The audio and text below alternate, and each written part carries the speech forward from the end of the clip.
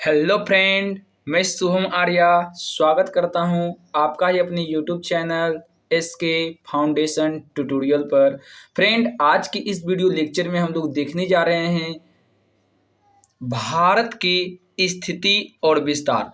हालांकि इससे पहले मैं एक वीडियो और बनाया था और उसी वीडियो का यह दूसरा लेक्चर होने जा रहा है। उस वीडियो में कुछ टेक्निकल इशू की वजह से वीडियो आधा में कट गया था, तो हम उसी में इसको हम पार्ट 2 बना दिए हैं। तो चलिए बिना वक्त गवाएं अपने इस वीडियो को शुरू करते हैं। लेकिन उससे पहले आप सभी फ्रेंड्स से मेरा छोटा सा रिक्वेस्ट है, यदि वीडियो आपको पसंद आया तो इसे लाइक कीजिए, कमेंट कीजिए और अपने दोस्तों में अधिक से अधिक शेयर कीजिए ताकि आपके दोस्त भी इसका फ़ायदा उठा सके। यदि आपको इसका PDF फ्री में चाहिए तो आप हमारे टेलीग्राम चैनल से जुड़ सकते हैं और हमारे टेलीग्राम चैनल का लिंक जो है हमारे चैनल के अबाउट सेक्शन में दिया गया है। हमारा आज का पहला टॉपिक जो है वो है भारत की स्थिति और विस्तार। तो भारत की स्थिति और विस्तार को समझने से पहले आप सभी को दिशा का नॉलेज होना अति आवश्यक है। हम लोग दिशा को समझते हैं, जैसे हम लोग पहले इसको हल्का जूम कर लेते हैं ताकि हमको दिशा समझने में क्या हो, आसानी हो। जैसे कि देखिए हमारे पास जो है कुल मुख्यतः 4 दिशाएं हैं, ठीक है ना। हमारे पास कितने दिशाएं हैं? 4 दिशाएं हैं, ठीक है ना। और ऊपर की ओर जो दिशाएं होती है, ठीक है ना, ऊपर की ओर जो दिशाएं हैं उसको हम लोग कहते हैं उत्तर, ठीक है ना। ऊपर की ओर क्या है? उत्तर है। ऊपर की ओर जो दिशाएं हैं उसको क्या कहेंगे? उत्तर। और नीचे जो हमारे दिशाएं होती है वो क्या होती है? दक्षिण, ठीक है। नीचे क्या होती है? दक्षिण। और इस साइड हमारा होता है पूरब, ठीक है ना। इस साइड क्या होता है? पूरब होता है। और इस साइड क्या होता है? पश्चिम होता है। इस साइड क्या होता है? पश्चिम होता है, ठीक है ना। ऊपर क्या है? उत्तर। नीचे क्या है? दक्षिण। इस साइड क्या है? पूरब। और इस साइड क्या है? पश्चिम। ठीक, तो आप लोग को इसको ध्यान में रखना होगा। अब हम लोग समझते हैं कि पृथ्वी पर जो है वो भारत की स्थिति कहाँ है, ठीक है ना। पृथ्वी पर जो है वो भारत की स्थिति कहाँ है। चूंकि आप लोग को ये पता होना चाहिए कि पृथ्वी पर जो है हमारे वैज्ञानिकों ने मुख्यतः 2 प्रकार के काल्पनिक रेखाओं की क्या किए हैं? कल्पना किए हैं, जिसमें से वे रेखाएं हैं अक्षांश रेखाएं और देशांतर रेखाएं। अक्षांश रेखाएं क्या होती है? तो वे रेखाएं जो पश्चिम से पूरब की ओर जाती है उसे हम लोग अक्षांश रेखाएं कहते हैं। और वे रेखाएं जो उत्तर से दक्षिण की ओर आती है उसे हम लोग क्या कहते हैं? उसको हम लोग कहते हैं देशांतर रेखाएं कहते हैं। और इस अक्षांश और देशांतर ये रेखा का भी प्रभाव हमारे पृथ्वी पर देखने को मिलता है, ठीक है ना। हमारे भूमि पर इसका प्रभाव को देखने को मिलता है, समय में फर्क देखने को मिलता है। इसका अध्ययन हम इसी वीडियो में आगे करने वाले हैं। तो आप लोग को ये पता होना चाहिए कि पृथ्वी पर जो है हम लोग के ऊपर की ओर जो है उत्तरी गोलार्ध है। ऊपर क्या है? उत्तरी गोलार्ध है। ऊपर साइड में क्या है? उत्तरी गोलार्ध है। और नीचे साइड में क्या है? दक्षिणी गोलार्ध है। उत्तरी गोलार्ध को हम लोग स्थल गोलार्ध भी कहते हैं। अब उत्तरी गोलार्ध को स्थल गोलार्ध क्यों कहते हैं हम लोग? तो देखिए उत्तरी गोलार्ध में हम लोग क्या देख रहे हैं? सबसे ज्यादा क्या है? स्थल की मात्रा अत्यधिक है, ठीक है ना। स्थल की मात्रा क्या है? अत्यधिक है। इसलिए उत्तरी गोलार्ध को हम लोग क्या कहते हैं? स्थल गोलार्ध भी कहते हैं ना। उत्तरी गोलार्ध को क्या कहते हैं? स्थल गोलार्ध भी कहते हैं। और हम लोग देख रहे हैं दक्षिण की ओर क्या है? और सबसे ज्यादा जल ही जल है, ठीक है ना। दक्षिण में क्या है? जल ही जल है। इसलिए हम लोग इसको क्या कहते हैं? इसको हम लोग कहते हैं दक्षिणी गोलार्ध कहते हैं। इसको क्या कहते हैं? सॉरी, जल गोलार्ध कहते हैं। दक्षिणी गोलार्ध का दूसरा नाम क्या है? जल गोलार्ध भी है, ठीक है ना। दक्षिणी गोलार्ध का दूसरा नाम क्या है? जल गोलार्ध है। ये समझ गए होंगे। अब हम लोग समझते हैं पृथ्वी पर भारत की स्थिति क्या है। पृथ्वी पर भारत की स्थिति क्या है, लेकिन उससे पहले आप समझिए कि ये जो हम 3 रेखा को सूचित किए हैं, इसमें से ये हमारा कर्क रेखा है, ये हमारा भूमध्य रेखा है और ये हमारा मकर रेखा है, ठीक है ना। कर्क रेखा, भूमध्य रेखा, मकर रेखा। यदि आपसे सवाल किया जाए कि पृथ्वी को 2 बराबर भाग में बांटने वाला रेखा क्या है, तो उसको हम लोग कहते हैं भूमध्य रेखा। और इसका फेमस नाम है इंग्लिश में इक्वेटर। इक्वेटर। और दूसरा जो हमारे पास ऊपर की ओर है इसको हम लोग कहते हैं कर्क रेखा। और बोलेगा भारत को लगभग 2 बराबर भाग में बांटने वाले रेखा का नाम क्या है, तो वो है कर्क रेखा। और इधर इस साइड जो हम लोग रेखा देख रहे हैं सबसे नीचे में, इसका नाम है मकर रेखा। इसका नाम क्या है, मकर रेखा। अब हम लोग देखिए, यदि हम भूमध्य रेखा के समांतर कोई लाइन खींचते हैं, है ना, तो इसको हम लोग कहते हैं अक्षांश रेखाएं। और पूछेगा आपसे सबसे बड़ा अक्षांश रेखाएं कौन है, तो सबसे बड़ा अक्षांश रेखाएं क्या है, भूमध्य रेखा है ना। और यदि हम लोग इस रेखा के समांतर कोई यदि लाइन खींचते हैं तो उसको हम लोग क्या कहते हैं, देशांतर रेखाएं कहते हैं। क्या कहते हैं, देशांतर रेखाएं। तो भारत की स्थिति जो है पृथ्वी पर, देखिए यहाँ पे है भारत यहाँ पर है ना, तो भारत की स्थिति जो है पृथ्वी पर वो किस गोलार्ध में है, उत्तरी गोलार्ध में है और पूर्वी देशांतर में है। उत्तरी गोलार्ध में है और पूर्वी देशांतर में है, ठीक ना। उत्तरी गोलार्ध में है और पूर्वी देशांतर में है। उत्तरी गोलार्ध में है और पूर्वी देशांतर में है, ठीक ना। तो भारत की स्थिति पृथ्वी पर कहाँ है, उत्तरी गोलार्ध और पूर्वी देशांतर। इसलिए हम लोग जब देशांतर ये विस्तार को लेकर चलते हैं तो इसमें हम लोग सिर्फ या तो पूरे देशांतर को लेकर चलते हैं तो हम लोग देशांतर पूर्वी देशांतर ही बोलते हैं हमेशा, और अक्षांश को लेकर चलते हैं तो हम लोग हमेशा क्या बोलते हैं, उत्तरी अक्षांश ही बोलते हैं, ठीक ना।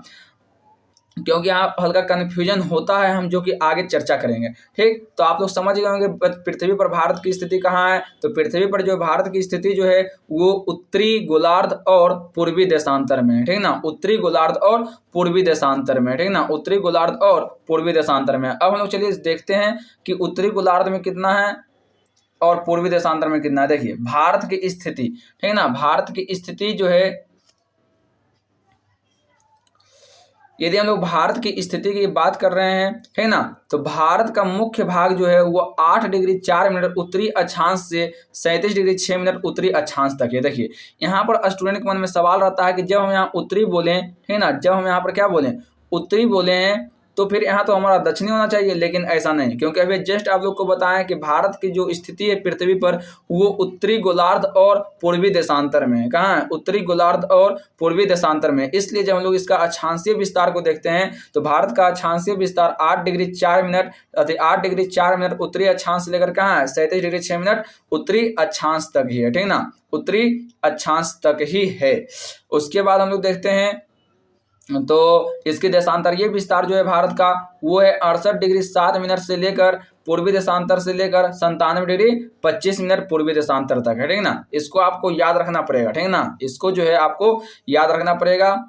चलिए अब हम लोग आगे बढ़ते हैं। आगे हमारा है ग्रीनविच माध्य समय। ग्रीनविच माध्य समय का देखिए बहुत बड़ा ये फर्क पड़ता है हमारे पृथ्वी पर समय में, ठीक ना। ग्रीनविच माध्य या फिर इसको हम लोग कहते हैं ग्रीनविच स्टैंडर्ड टाइम भी कहते हैं, ठीक ना। क्या कहते हैं, ग्रीनविच स्टैंडर्ड टाइम भी इसको कहते हैं, या ग्रीनविच मीन टाइम भी इसको बोल सकते हैं। हिंदी में भी बोले तो हिंदी में हम लोग बोल सकते हैं ग्रीनिच माध्य समय, ठीक ना। क्या बोल सकते हैं, ग्रीनिच माध्य समय। तो यहाँ पर हम लोग देखने वाले हैं, ठीक ना, ग्रीनिच माध्य समय। यदि आपको बता दें, ठीक ना, तो पहले आप ये समझिए कि हमारे पृथ्वी को जो है, ठीक ना, हमारे पृथ्वी को जैसा कि आप लोग को पता है कि पृथ्वी पर जो है कुल 360 देशांतर रेखाएं हैं, ठीक ना। कितने देशांतर रेखाएं हैं, 360 देशांतर रेखाएं हैं।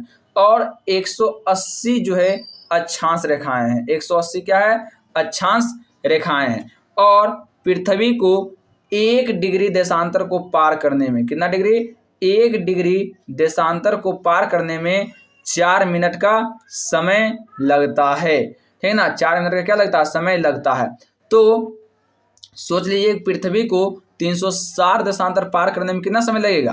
360 देशांतर को पार करने में लग जाएगा टोटल, गुना कर दीजिए आप, यहाँ गुना कीजिए तो आपको आ जाएगा पता है टोटल 24 घंटा, ठीक ना। कितना, 24 घंटा आ जाएगा, यानी 1440 मिनट आ जाएगा, ठीक ना, 1440 मिनट। यानी इससे ये तो सिद्ध हो गया कि पृथ्वी को एक दिन, जैसे एक दिन होने में जो है उसको पहले क्या, एक दिन रात, तो 360 देशांतर को पार करना होगा। और 1 डिग्री देशांतर को पार करने में पृथ्वी को कितना समय लग रहा है, तो उसको लग रहा है हमारा 4 मिनट। आप लोग इसको जरूर याद रखिएंगे, है ना, क्योंकि इसका समय पर क्या होता है, बहुत बड़ा फर्क पड़ता है।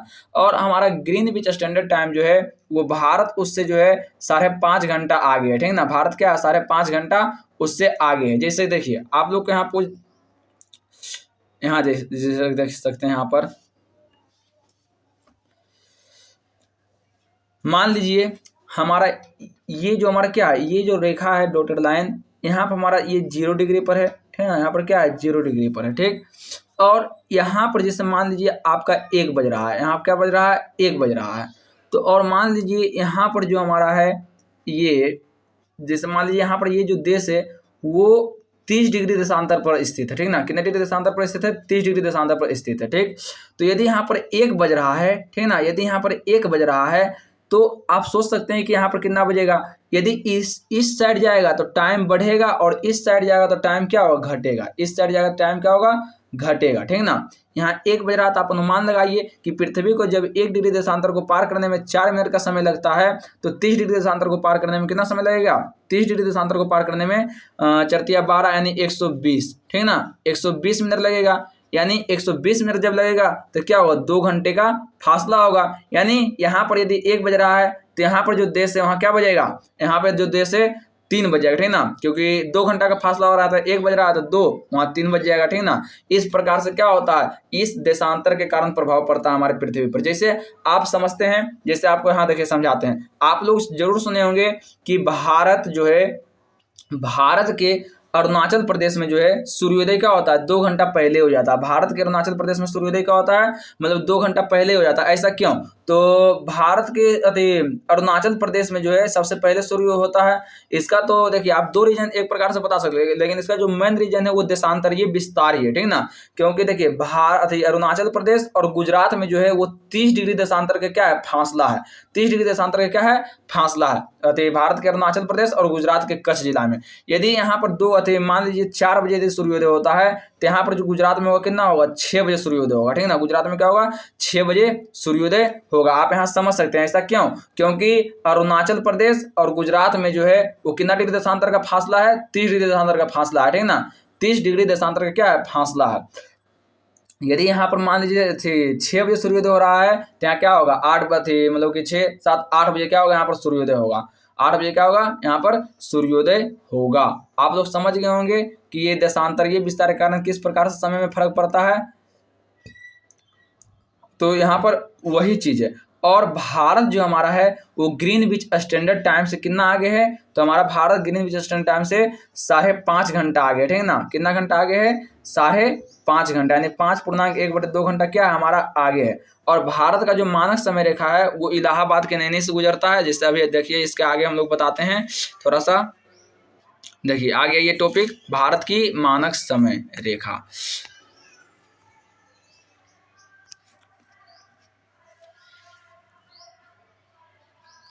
हाँ, भारत की जो मानक समय रेखा देखिए,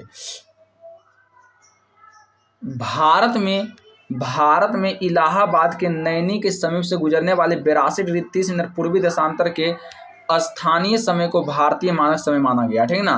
भारतीय मानक समय किसको माना गया है, तो भारत के इलाहाबाद के नैनी के समीप से गुजरने वाले, भारत के इलाहाबाद के जैसे नैनी से गुजरने वाले 82 डिग्री 30 मिनट पूर्वी देशांतर के स्थानीय समय को भारतीय मानक समय माना गया है। और भारत की जो मानक समय रेखा है वो GMT से यानी ग्रीनविच स्टैंडर्ड टाइम से कितना घंटा आगे है, 5 घंटा 30 मिनट। अभी जस्ट आपको बताए हैं कि भारत का जो मानक समय रेखा है वो GMT से यानी ग्रीनविच स्टैंडर्ड टाइम से या ग्रीन मीन स्टैंडर्ड टाइम से जो है वो कितना घंटा आगे है, 5.5 घंटा आगे है, ठीक ना। कितना घंटा आगे है, 5.5 घंटा। यहाँ सिर्फ आपसे एक ही ऑब्जेक्टिव पूछेगा कि भारत की मानक समय रेखा क्या थे, भारत की मानक समय रेखा जो है वो किसके समीप से होकर गुजरता है, तो इलाहाबाद के नैनी से होकर गुजरता है। और कितना डिग्री पूर्वी देशांतर में है, तो वो 82 डिग्री 30 मिनट क्या है, पूर्वी देशांतर में, ठीक ना। 82 डिग्री 30 मिनट पूर्वी देशांतर में स्थित है।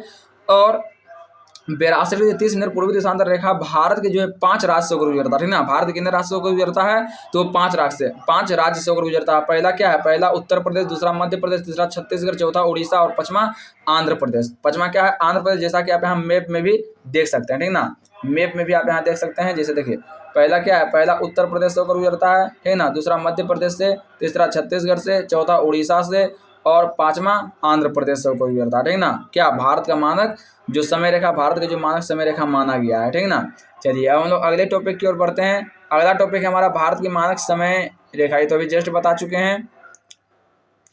अब देखिए कर्क रेखा से गुजरने वाले भारत के राज्य, ठीक है ना, कर्क रेखा से गुजरने वाले भारत के राज्य, मतलब कि भारत का कौन कौन सा राज्य है जो कर्क रेखा से होकर गुजरता है। देखिए भारत का जो है 8 राज्य है वो कर्क रेखा से होकर गुजरता है। आप लोग को एक यहाँ पर ट्रिक बता दें, मित्र पर गमछा झार, ठीक है ना, आप लोग यहाँ पर ये ट्रिक बताते याद कर सकते हैं, मित्र पर गमछा झार, ठीक है ना, मित्र पर गमछा झार। यदि इस ट्रिक को आप याद रखते हैं तो आप भारत के वो कौन कौन से राज्य हैं वहाँ से कौन कौन से मतलब कि कर्क रेखा से गुजरती है, तो आप इसे आसानी से याद रख सकते हैं। ट्रिक क्या है? ट्रिक का नाम है मित्र पर गमछा झार, मित्र पर गमछा झार, ठीक है ना। ट्रिक का नाम क्या है? मित्र पर गमछा झार। यदि आप इसे याद रखते हैं तो कौन कौन सा राज्य जो कर्क रेखा से होकर गुजरती है आप आसानी से याद रख सकते हैं। जैसे मी से क्या हो गया? मिजोरम हो गया, ठीक है ना, मी से क्या हो गया? मिजोरम। त्रो से क्या हो गया? त्रिपुरा हो गया, ठीक है ना। पो से क्या हो गया? पश्चिम बंगाल हो गया, पो से पश्चिम बंगाल हो गया। रो से आप बोल सकते हैं राजस्थान हो जाएगा, ठीक है ना। गो से क्या हो जाएगा? गुजरात हो जाएगा, गो से क्या हो जाएगा? गुजरात हो जाएगा। मो से क्या हो जाएगा? मध्य प्रदेश हो जाएगा, ठीक है ना। छा से क्या हो जाएगा? छत्तीसगढ़ हो जाएगा। और झार से क्या होगा? झारखंड हो जाएगा, ठीक है ना। झार से क्या हो जाएगा? झारखंड। तो आपसे यदि पूछेगा कि वो भारत के कौन कौन से राज्य है जिससे होकर कर्क रेखा गुजरती है, तो आप आसानी से इस ट्रिक के माध्यम से बता सकते हैं। डायरेक्ट आप याद रखिए, मित्र पर गमछा झार, मित्र पर गमछा झार आप याद रखते हैं तो क्या उस राज्य को आप आसानी से याद रख सकते हैं जो कर्क रेखा से होकर क्या होती है? गुजरती है, या फिर जिससे होकर कर्क रेखा गुजरती है। चलिए आगे हम लोग बढ़ते हैं।